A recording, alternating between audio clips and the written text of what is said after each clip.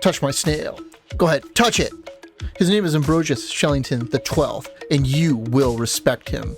He demands your attention. Hello everybody, I'm Martin. Welcome to another episode of Statech Industry. And yep, I've got a snail. And we probably should treat him like the royalty that he is and find him a proper home. And maybe a name tag, because I have done some fishing and I have found almost nothing but fish so far. I honestly tried, folks. I did. It just didn't pan out today. But as you can tell, I did some work on my pyramid in between episodes, and we have actually made quite a bit of progress on styling at least the outside of it, although there's a whole lot of trim that I want to do yet that hasn't been done, and adding lights and making this whole thing just a bit safer. And I still need to crinkle the corners yet too, just like I did the interior here. But I'm actually happy with how it's starting to turn out and how it's starting to look. And honestly, the outside of this right here is not the only thing we've accomplished, although I still have my lawn base going on over here, because I also started dolling up the entrances here as well. And I'm actually getting pretty happy with how this is turning out. I'm not entirely sold on the brown to black to white and blue. I think individually they look pretty good, but I mean, I'm open to suggestions, folks. I do like how this is turning out, but I still don't think it's quite there yet, but it might be good enough for me. Maybe I want to replace the white with the yellowish limestone that I'm using in the floor. That might actually help even it out so and make it look more correct. Leave me some thoughts in the comments, please. But we have this now built out and dug out a bit back here, and we've got the start of an interior going on over here. And let me tell you, I have been busy because right there are some boilers. Now, as a reminder from last time, we got up through the basic steam and bronze era for modern industrialization, starting with this bronze boiler here. And things might not look entirely like they did when I started. And that's because I added a chest and hopper into the macerator to auto process the ores and so I could have a backlog. And this is auto outputting into the furnace to basically smelt a whole bunch of the ores. Although the byproduct of this is I can't easily do things like making bronze unless I pull them out of the macerator, tell the macerator to stop outputting for long enough for me to go get some out of there to make them, because those have to be processed in the mixer. But boy, oh boy, have I been putting these machines through their paces because, well, you saw what I had going on in there. And that's because I'm getting properly set up with a water pump, which is how I mentioned you can automate water last time, which I didn't actually make. And as long as this has power, either directly touching a boiler or being connected to a boiler via liquid pipes to pass steam into it, it produces water at a fairly decent rate. And the water automatically passes back up into the boiler and keeps it completely full, basically. But let me tell you, these bronze water pumps are not all that cheap to make because they still need a bronze machine casing and a bronze tank. And each of those require 8 plates by themselves, on top of needing a whole bunch of copper components for gears and rotors, and then fluid pipes on top of that. Now, that said, these bronze boilers only produce 4 EU a tick, which means against bronze machines, which use 1 to 2 EU per, we can only power up to 4 machines each with them, which is why I made another 5, and we're going to have 6 in here total.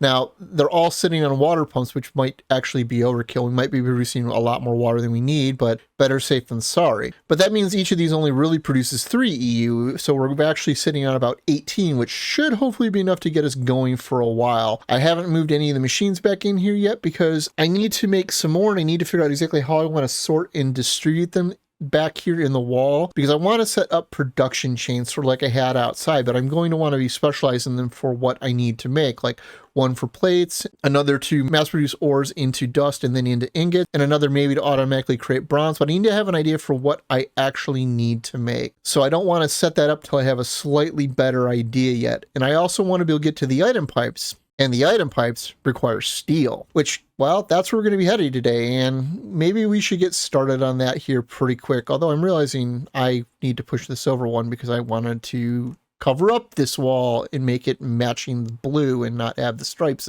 visible. Oops. I'll fix that on my own time, though. That said, we should go take a look at the quest book because, well, the next branch of the quest book really does involve moving into Steam, which is awfully convenient since that's what we need to do, right? But there are a few things we should check off first and maybe get the loot from and discuss. First, the bronze water pump loot. Hopefully we'll get something decent. Crude storage unit. So, I mean, you can see what it does in there. It basically holds 32 stacks of a unit, but I can do better with drawers right now, I believe. But that's this quest down here, so we can check this off, I guess, and get some more free stuff, huh? Looks like that just got us those coins. I'm not seeing anything else in my inventory new. Plus the other things up here include it telling us we could use the create water pump instead, but I figured it's just easier to set them directly on the pumps instead of getting water this way. There are Modern Dynamics fluid pipes, which are similar to thermodynamics pipes where you put servos on them to direct the flow. And these are actually a lot cheaper because they only require a single fluid pipe and 2 copper plates to make 8 of them. But as per this, they do not transport things instantly and they have a couple other issues. So we're not going to make those right now. They might come in handy later though. There's also the empty cells, which are basically fluid cells from like Industrial Craft 2, but we've got pipes, so we're just going to stick to that for now. And it's telling us there are certain materials we're going to need in the near future, one of which is paper. And it really wants us to make paper from wood pulp and mixing it with water to make it. And it's saying well, it's apparently giving me water from the sky right now. Why does this always do this when I'm monologuing? It says that we ideally should do it that way, but it mentions that we can use sugarcane as per normal, although it's not slow and it's kind of wasteful, but like 1 sugarcane in a paper seems like a not terrible deal. The other method is in the mixer with water and the wood pulp, which is basically a log into 12 wood pulp, which means every log gets you 24 pieces of paper, which is a fair trade-off, but I mean, sugarcane's basically free over there, and I could automate that extremely easily, and that just seems like the better way to go. I am going to need to make a wood farm at some point, but like I'm just lumber axing large amounts of it at a time right now, and that's simpler than fiddling with a water pump. There's also this battery alloy dust, which it tells us we're going to need in the future to make batteries with from antimony, except it says antimony is found in quartz veins between -32 and 32, and I haven't found a single quartz vein or even reference to one yet at all. So this might be one of the first things we end up buying with these Statech coins, the rare tier 2 ones. So I'm just going to hope we don't need a ton of that. Rain, rain, go away, come again some other day. All right, we mentioned lubricant last time. This comes from creosote from the coke oven. We'll get to that in a little while. It wants us to make Invar, which is pretty standard from modded Minecraft. It's 2 iron and a nickel. I haven't made that, but I've got that under control. You know what? I probably should just toss this into the mixer right now. There we go. And there's our Invar. So we can get that checked off. And the last thing is bricks, which we are going to need a whole lot of bricks. So many bricks, and they can only be done in the compressor, just like the fire clay. So that took a while, but as you can see, I made a bunch of bricks and I made a bunch of fire clay bricks because this is what we're going to be using today, and my inventory is a disaster. So hey, let's make it worse and get some rewards, huh?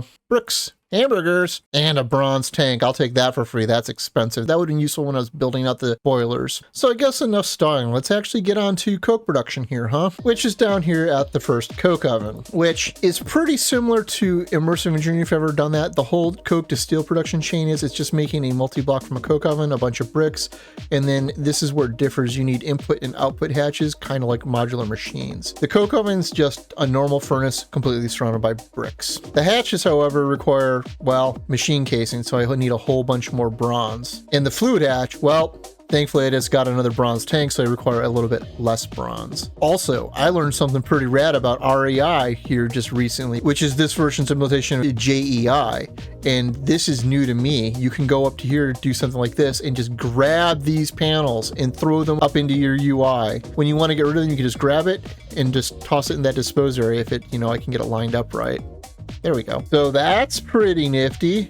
If you could do that with GEI, I wasn't aware of that. Although part of the reason I was stalling is I'm going to put the machines in this wall and I'm going to put the coke ovens and the blast furnaces over here, which requires I clean this area out so it's actually usable. I could use the tunnel bore, I guess, but I'm afraid I'm going to break an important wall if I do that. All right, so I've got mostly enough parts to build a full 2 of them, although I don't have all of the hatches right now. But I want to show how this works for example purposes, just because there's a concept called wall sharing. And if you've seen Greg Tech before, well, it's basically the same as that. But you build this similar to the immersive engineering one, where you lay down a base on the floor. You do have to include your item hatches either on the bottom or the top ring. So I'm going to put the item input here and the item output there. We then continue the ring around, leaving the center open on this level. You put the coke oven block there, you realize you have no way to step up to the next stop, so you awkwardly start jumping up.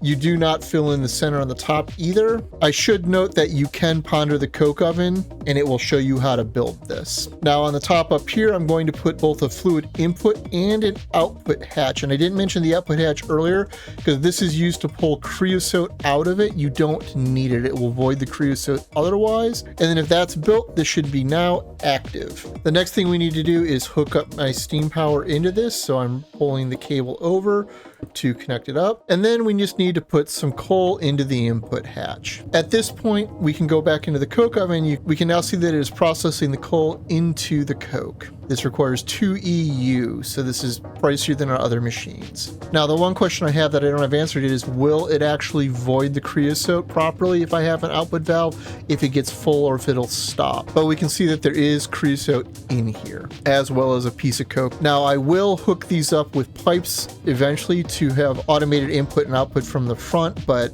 we're going to hold off until I have steel. The other part I mentioned about shared walls is that these multi-blocks from Modern Industrialization can share a wall as long as there are no input or output hatches on the shared wall itself. And then once I have the hatches, this will also become a valid structure. But that gets the coke oven step done. Also gets us some free coal, which is not bad, and got me a cursed lasso. That's nifty. But I suppose let's go pick up some coke so we can do the next step while we wait to see if this jams up the coke oven. Because the next step is to, well, grind this up into coke dust, which just means toss the coke into the macerator. And this is the part where I really wish I had multiple macerators made already, because this is going to quickly become a problem, but we'll solve that once we move in properly, maybe. And now we have that accomplished as well. And what it wants us to do from there is combine that with iron dust in the mixer to make uncooked steel dust. Now this takes 7 iron and 2 coke to make 9 steel dust. In goes some iron and some coke. And now we have our first uncooked steel dust. And all right, now we should probably talk about the next step, the steam blast furnace, which is again basically the same thing as immersive engineering. It requires a steam blast furnace unit, which is fire clay bricks around a blast furnace, which is thankfully not really expensive, a whole bunch of fire clay bricks, which again I made the bunch, and then some more hatches. And these are built basically the same as the coke ovens, except they go one higher. And there we go. Now we have a valid blast furnace. And there we go. Now I have steam power all the way over to the blast furnace. So I've been smart. I would have hooked it up this way in the first place along the back here so that it would line up with this and this one. But now we can go to the input hatch and toss in that uncooked steel dust. And now we can see that it is going to cook into the steel ingot. And you notice that there are other recipes, including liquid ones, which we're going to want to address at some point. And there are quests for them over here and over here. So we'll get to them when they're relevant. But given how slow this actually is, we are definitely probably going to want to make a second one of these, assuming I can afford to make them, because I don't have enough fire clay bricks right now though. But there we go, our very first piece of steel. And of course it wants us to make 18. This is going to take a little bit, folks. I guess we should get a reward first, huh? And another weapon that I don't really need. Checking back on the coke oven while this happens, it is completely full of creosote, but it is also still working, so it looks like this one doesn't shut down like the immersive engineering ones do at least.